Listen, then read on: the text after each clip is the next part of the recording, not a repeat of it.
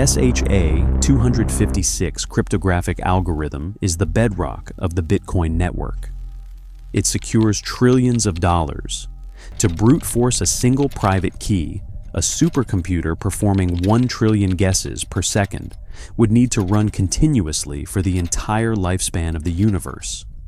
It is a mathematical fortress, impervious to human error, immune to physical force, bulletproof. Yet, on August 19th, 2024, a digital vault holding 4,100 Bitcoin was completely eradicated. $243 million vanished into the ether. The system was not breached by a quantum computer.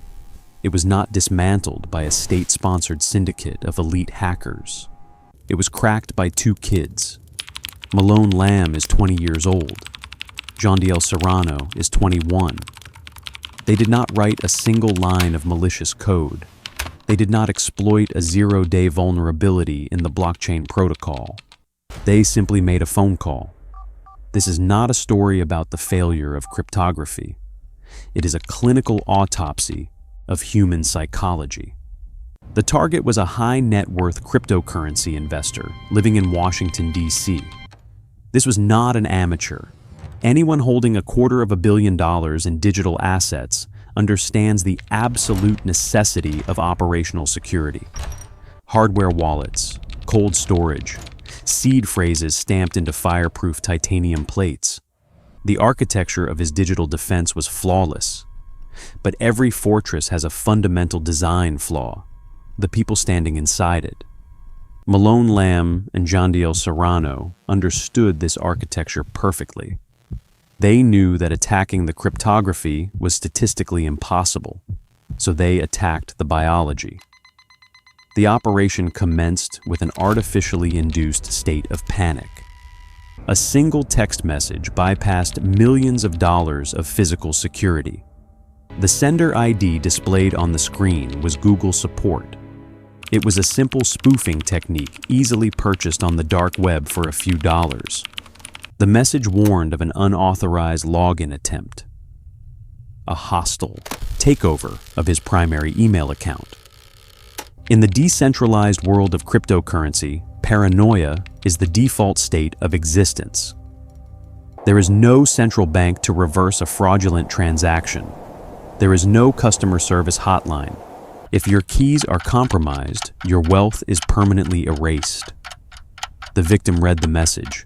The amygdala triggered a fight or flight response.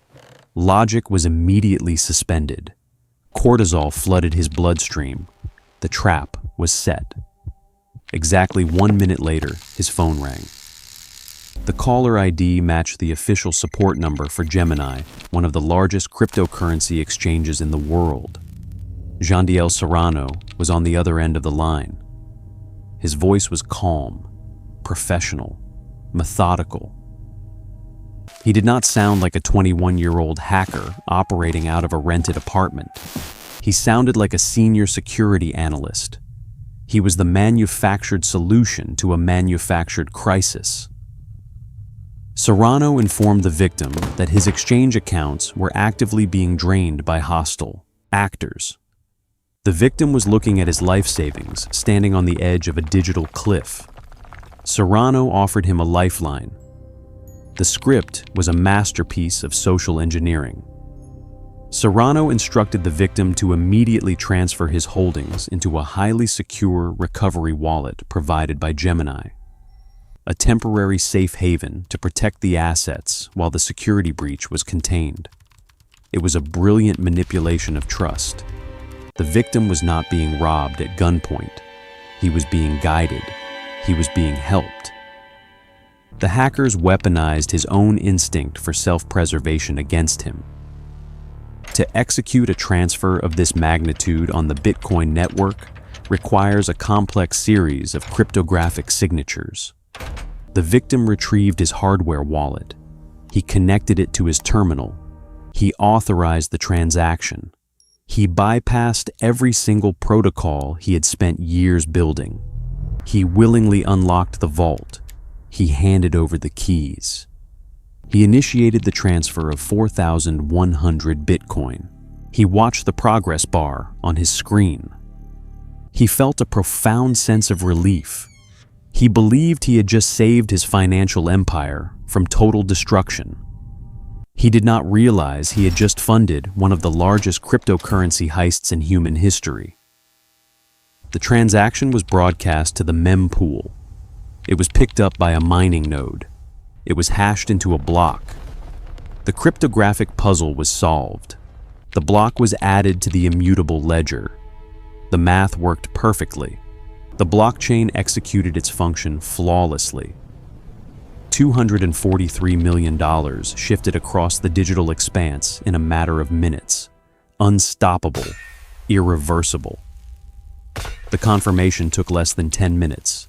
6 network confirmations cemented the transaction into the eternal history of the internet. The coins landed in a wallet controlled entirely by Lam and Serrano. The phone call ended. The silence in the victim room was absolute. The realization did not happen immediately. It crept in slowly. A slight hesitation, a lingering doubt. He checked the destination address on a block explorer. It was a random string of alphanumeric characters. It possessed no institutional affiliation. It was just a void. The panic returned, but this time it was not manufactured. It was visceral. It was the crushing weight of absolute loss. He dialed the real Gemini support line. The automated voice confirmed what the blockchain had already proven.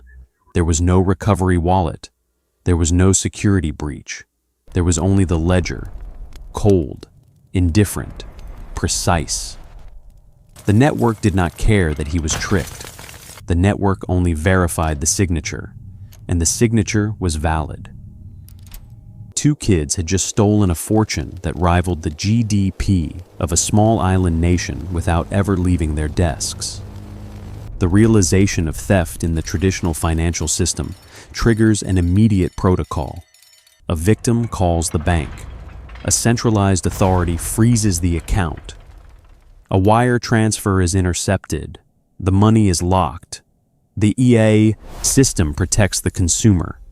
But decentralization operates on a fundamentally different physics. It was designed specifically to eliminate the central authority, to remove the kill switch. In the aftermath of the transaction, the victim experienced the true cost of absolute financial freedom. He contacted local law enforcement. He contacted federal agencies. They took his statement. They filed a report. But a police badge carries zero authority on the blockchain. A federal subpoena cannot decrypt a private key. A judge cannot issue a court order to a network of distributed computing nodes. The money was not sitting in a bank vault in a jurisdiction. It was stored as an unalterable truth on a public ledger distributed across thousands of computers globally. The system worked exactly as envisioned. It was perfectly secure. It was perfectly indifferent to his loss. Meanwhile, in a rented space, Malone Lamb and Jandiel Serrano were staring at a digital balance of $243 million. Stealing $250 million is only the first phase of the operation. The second phase is survival. In the physical world, moving pallets of $100 bills requires heavy logistics. Trucks, armed guards, offshore shell companies. In the digital world, it requires computational obfuscation. The Bitcoin blockchain is entirely transparent. Every single Satoshi can be traced from its genesis block to its current destination. The ledger is a permanent surveillance state. To spend the money, they had to break the chain of custody. They initiated the laundering sequence. This was not a chaotic panic. It was a methodical execution of digital money laundering. They began utilizing a technique known as a peel chain. The massive sum of 4,100 Bitcoin was far too large to move at once. A single transaction of that magnitude would trigger automated liquidity alerts across every exchange on the planet. Instead, they routed the funds through a primary address and systematically peeled off smaller incremental amounts. 10 Bitcoin here, 20 Bitcoin there. The remaining balance was forwarded to a newly generated change address. This process was repeated hundreds of times, a cascading waterfall of microtransactions designed to exhaust human investigators. But human investigators do not read the blockchain manually. Machine learning algorithms do, and algorithms have infinite patience. The peel chain was only the surface layer of the operation. The sheer volume of the capital created a unique logistical nightmare. Pushing $243 million through decentralized protocols creates massive liquidity spikes. It distorts the local market. The transaction fees alone consumed hundreds of thousands of dollars. To truly anonymize the assets, Lamb and Serrano deployed cross-chain bridges. They converted portions of the stolen Bitcoin into privacy coins. They utilized protocols that utilize ring signatures and stealth addresses to actively obscure the sender, the receiver, and the transaction amount. It functions as a cryptographic black hole. Capital enters and the ledger goes dark. They fed the stolen funds into decentralized mixing services. These smart contracts aggregate cryptocurrency from thousands of different users, pool it together, and distribute it back to new addresses at randomized intervals. It breaks the deterministic link between the original deposit and the final withdrawal. They utilized virtual private networks. They routed their internet traffic through encrypted tunnels across multiple international jurisdictions. They purchased burner accounts on overseas exchanges using stolen synthetic identities. They fractured the $243 million into thousands of untraceable digital fragments scattered across the global network. The operation required constant monitoring, thousands of manual approvals, managing hundreds of private keys simultaneously. They were two individuals functioning as a dark web central bank. On paper, the execution was flawless. They had successfully navigated the most heavily surveilled financial network in human history. They had bypassed the structural defenses of institutional security. They had outmaneuvered the initial response of federal law enforcement. They were sitting on a mountain of untraceable digital wealth. They possessed a level of liquidity that rivaled multinational corporations. The money was clean. The trail was cold. The operation was a complete success. The system was defeated by its own transparency. The blockchain recorded everything but revealed nothing. The math was on their side. The cryptography shielded them from consequences. But a fatal flaw exists in every criminal enterprise. It is never the technology. It is always the operator. The digital laundering was perfectly calibrated. The physical execution of their newfound wealth was an entirely different protocol. The anonymity of the blockchain provided a shield, but anonymity is fundamentally incompatible with the human ego. The desire to hold the money is eventually overpowered by the compulsion to spend it, to display it, to prove dominance. Lamb and Serrano had spent weeks meticulously erasing their digital footprints across the global network. They constructed an impenetrable fortress of cryptographic noise. And then they stepped completely outside of it. The operation transitioned from a sophisticated cyber heist into a grotesque display of unhinged consumption. The money ceased to be data. It became physical. And the physical world is infinitely more dangerous than the blockchain. The execution of a $243 million heist demands absolute silence. Malone Lamb and John D.L. Serrano chose to scream. They did not disappear into a non-extradition treaty country. They flew to Miami, They rented a waterfront mansion. The digital loot was converted into physical assets at a staggering velocity. They purchased multiple Lamborghini supercars. They acquired a Pagani. They bought Hermes Birkin bags. They spent $500,000 in a single night at elite Los Angeles nightclubs. The logistical challenge of spending $1.3 million a day is immense. It requires dedicated effort. It requires a complete abandonment of operational security. They had successfully navigated the complexities of cross-chain bridges and cryptographic mixers, but they could not navigate their own narcissism. They posted their acquisitions on social media. They flexed their wealth. The blockchain is anonymous only until you connect a real-world identity to a wallet address. They built a bridge from their impenetrable digital fortress directly to their physical location.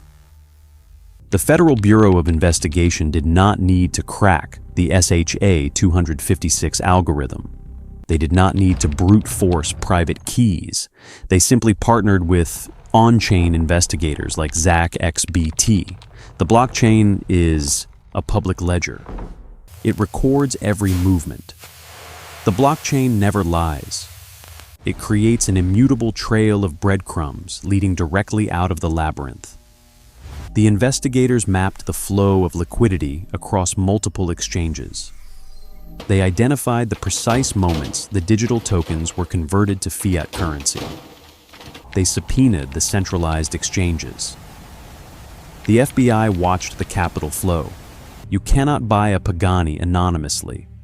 You must off-ramp the cryptocurrency into fiat. You must interact with the traditional financial system. Dealerships require identification. Nightclubs process credit cards.